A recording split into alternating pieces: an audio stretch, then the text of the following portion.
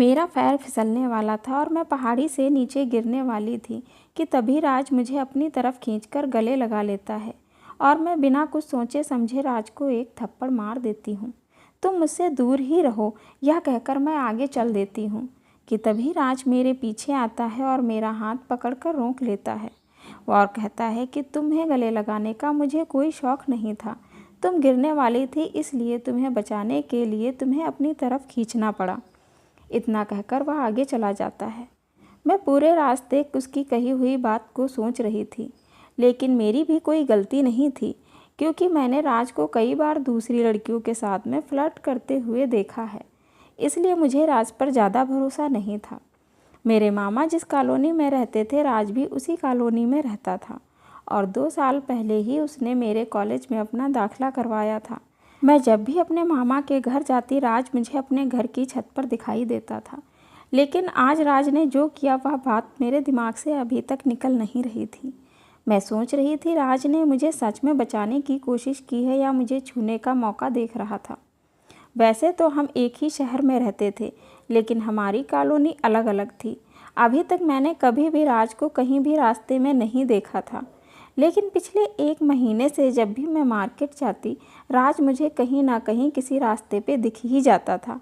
वह बोलता कुछ नहीं था, चाहे वह मेरे पास से ही निकल जाता।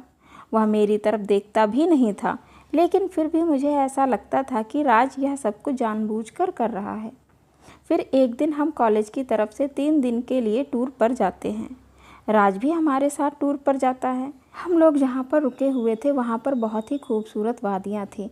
हम सब लोग फ़ोटो खींचने के लिए उन वादियों में चले जाते हैं। हमारे साथ उन रास्तों के बारे में बताने वाला एक लड़का भी होता है, लेकिन मुझे और अच्छी फ़ोटो चाहिए थी, इसलिए मैं फ़ोटो खींचते खींचते उन लोगों से अलग हो जाती हूँ। नज़ारे इतने सुंदर थे कि मेरा पूरा ध्यान बस फ़ोटो पर था और मैं यह नहीं देख पाती हूँ कि मैं कितनी दूर आ गई हूँ। अचानक मेरा पैर एक पत्थर से टकराता है और मैं गिर जाती हूँ कि तभी मैं देखती हूँ कि मेरे आसपास मेरे साथी नहीं हैं। अब मुझे घबराहट हो रही थी। मैं इधर उधर रास्तों पर उन लोगों को ढूंढने की कोशिश करती हूँ, लेकिन कोई भी रास्ता मुझे उन लोगों तक नहीं पहुँचा रहा था और ना ही मैं दोबारा उस जगह पर जा पाती हूँ जहाँ हम लोग ठहरे हुए थे। धीरे धीरे शाम होने वाली थी। फ़ोन में भी नेटवर्क नहीं थे। मैं सबको आवाज़ देना शुरू कर देती हूँ, लेकिन मुझे किसी की भी कोई आवाज़ सुनाई नहीं दे रही थी। मेरे हाथ पैर कांपने लगते हैं और मेरा चेहरा पसीने से भर गया था। मुझे बहुत घबराहट हो रही थी। मैं एक पेड़ के नीचे बैठ जाती हूँ और रोने लगती हूँ क्योंकि मुझे ऐसा लग रहा था कि अब मैं कभी भी घर वापस नहीं जा पाऊँगी। कि तभी मुझे राज की आवाज़ सुनाई देती है। मैं भी राज का नाम पुकारती हूँ। मेरी आवाज़ सुनकर राज मेरे पास आ जाता है और मुझ पर बहुत गुस्सा होने लगता है, लेकिन आज मुझ पर गुस्सा करना बिल्कुल भी बुरा नहीं लग रहा था। मैं चुपचाप उसकी बातें सुन लेती हूँ। फिर वह मेरे हाथ पकड़कर मुझे सही रास्ते की तरफ ले जाता है। हम लड़कियां एक कमरे में थे और लड़के दूसरे कमरे में थे। मैं राज को धन्यवाद करने के लिए उसे व्हाट्सएप करती हूँ, लेकिन उसने अभी तक मेरे मैसेज नहीं देखे थे और मैं बार बार व्हाट्सएप खोलकर यह देख रही थी कि उसने मेरा मैसेज देखा है या नहीं। कि तभी राज मेरे मैसेज देख लेता है, लेकिन वह मुझे कोई रिप्लाई नहीं करता है। दूसरे दिन वह मेरी तरफ देखता भी नहीं है। राज बगीचे में बैठा हुआ था। मैं तभी उसके पास जाकर बैठ जाती हूँ। मैं उससे कहती हूँ, मैंने कल तुम्हें धन्यवाद का मैसेज किया था, तुमने मुझे कोई जवाब नहीं दिया। लेकिन वह मेरी किसी भी बात का कोई जवाब नहीं देता है और उठकर चल देता है। राज का मुझे इस तरह से अनदेखा करना मुझे बिल्कुल भी अच्छा नहीं लग रहा था। दूसरे दिन हम नदी में बोटिंग करने के लिए जाते हैं। जिस बोट में राज बैठा हुआ था, मैं भी उसी बोट में बैठ जाती हूँ, लेकिन राज उठकर वो दूसरी बोट में चला जाता है। मुझे अंदर ही अंदर बहुत बुरा लग रहा। पता नहीं यह कैसा एहसास था। मुझे पहली बार किसी के बात ना करने से मुझे इतना बुरा लग रहा था। हम नदी में बैठकर फ़ोटो ले रहे थे। मैंने राज की तरफ कई बार देखा, लेकिन राज ने मेरी तरफ एक बार भी नहीं देखा। मैं जानबूझकर अपने पास में बैठी हुई लड़की का कैमरा पानी में गिरा देती हूँ। फिर वह लड़की मेरे साथ लड़ने लगती है। वह मुझे हल्का सा धक्का मारती, लेकिन मैं जानबूझकर नदी में गिर जाती हूँ। सबको ऐसा लग रहा था जैसे लड़की ने मुझे धक्का दे दिया हो।